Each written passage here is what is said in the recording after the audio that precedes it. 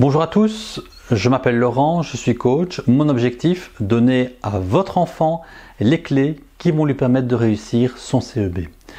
Aujourd'hui, je vous propose d'étudier quelques outils qui vont vous aider dans la phase de révision.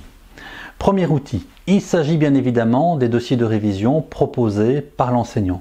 Ceux-ci sont régulièrement bien structurés, balayent l'ensemble de la matière et mettent en évidence les difficultés majeures que rencontrent des jeunes du même âge.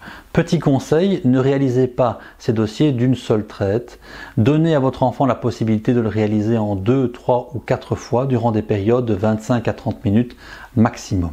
La répétition permettra à votre enfant d'emmagasiner de manière beaucoup plus profonde la matière.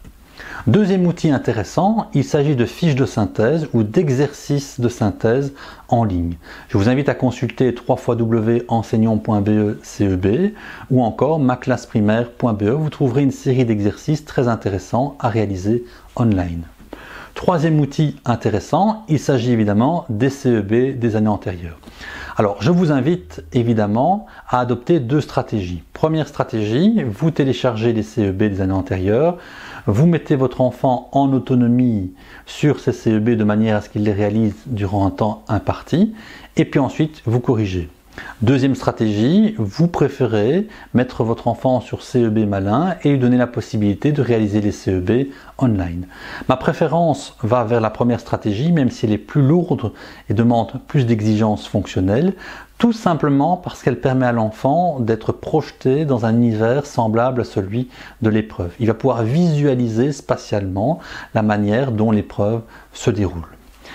Il est essentiel de travailler la répétition. Donnez à votre enfant la possibilité de remettre des couches et encore des couches.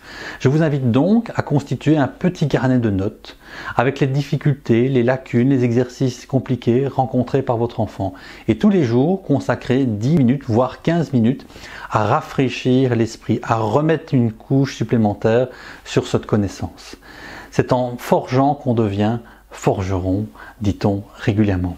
Voilà, j'espère que ces quelques outils vous auront aidé à accompagner de manière plus efficace votre enfant. Je vous retrouve demain pour de nouvelles aventures en route vers la réussite.